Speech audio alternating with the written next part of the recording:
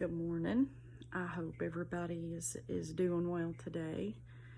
I guess first I want to start with this real quick because evidently the Lord wants me to put it out, and I don't know who this is for or who will hear this. But as I was praying this morning and pondering on the video that I should make, I had a quick vision this morning, and the vision was this. It was of an elderly man, well, not too elderly, but older, and he was outside, and he was very confused, as if it's someone's dad or granddad, and he was extremely confused. Sorry, I'm trying to hold this phone. And it's like something happened and caused great confusion, or perhaps he has dementia.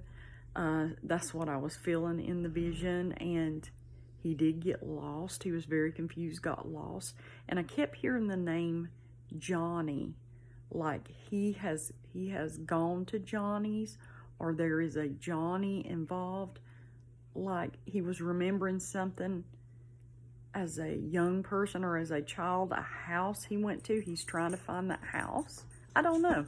It's very odd. So, perhaps this is for someone listening today. I do not know, but it was a very clear vision. I heard plainly the name Johnny. So anyway, just if that's for you, then you'll know it. This morning, I'm going to read a little bit longer. I'll try to make it not too long, but in Hebrews 12, and I do read out of the New King James Version. That's just something I've always, grown up with reading, and I enjoy reading that. So Hebrews 12, it says, "Therefore, we also, since we are surrounded by so great a cloud of witnesses, let us lay aside every weight and the sin which so easily ensnares us, and let us run with endurance the race that is set before us, looking unto Jesus, the author and the finisher of our faith, who for the joy that was set before him, he endured the cross, despising the shame, and he has sat down at the right hand of the throne of God." Let's see, I think I may stop right there. I might continue this for the next couple of days. But, okay, let's see. Okay, I'm going to go a little bit further. "For consider him who endured such hostility from sinners against himself, lest you become weary and discouraged in your souls. You have not resisted to bloodshed, striving against sin, and you have forgotten the exhortation which speaks to you as sons, quote, saying, 'My son, do not despise the chastening of the Lord, nor be discouraged when you are rebuked by him. For who the Lord loves, he chastens, and he scourges every son that he receives. And if you endure the chastening of God, he deals with you as sons. For what son is there whom a father does not chasten? But if you are without chastening, of which you have become partakers, then you are illegitimate and not sons. Furthermore, we have had human fathers who corrected us, and we paid them respect. Shall we not much more readily be in subjection to the Father of spirits and live?'" I'm going to stop. Okay, I will stop right there. And so this morning, it's very interesting. Go ahead and shut this out.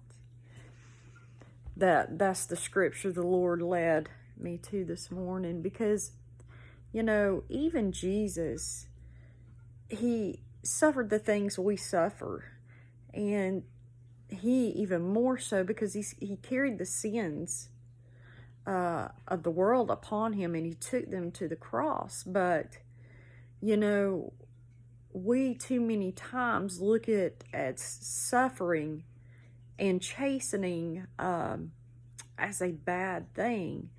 And we've got to learn that, you know, when God comes in and he chastens us and he rebukes us, it's only because we're his children and he loves us. You know, in Judaism, it teaches that if you go, and I hope I say this correctly, I think it's 90 days. I think it's 90 days or 60 days, something like that, without chastening, then you're not going to partake in the world to come, meaning that, you know, you have no part in the world to come, that you are a reprobate, that you know, that you have not walked in the ways of God. And so we look at our lives, we need to look at our lives in a different perspective, that we are always to strive, but we're going to make mistakes, and we are not to, you know, get discouraged. And that happens a lot to many of us when the Lord comes in and we have hard times, whether it be with, you know, a spouse, a child, our finances and things like that. God works through all of those things, and it's hard, especially when you're going through it, to see God's hand working in that. But usually, you know, hindsight's 20/20, and when you come out of that trial, you're able to look back and see God's hand worked in that, and how, you know, he matured you. Now, there are some things that I believe we don't understand, and we won't understand until we get, you know, to heaven. But for the most part, over time, we can look back on our lives and see the goodness that comes from the chastening of the Lord.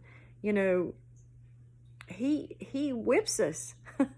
He whips us when we get out of line. And, you know, I thank God for that. I can't tell you how many, you know, whippings I have got and continually get as the Lord teaches me in his ways of righteousness and holiness. And we are in a day and an age where a lot of the church teaches that if you walk through hard things, it's not of God. And that's not so. It is everything but true. Look at the prophets, look at the apostles, the disciples of Jesus, and the hardships they had to walk through. This life is not easy, but we have to let God train us in his ways, in his word, and also in his chastening. So, you know, I know this video was a little bit longer today, but I hope this helps someone. And, you know, if you need prayer, just leave it down below in the description box, and I will be more than glad to pray for you. And I hope that you have a wonderful and blessed day in the Lord. Shalom.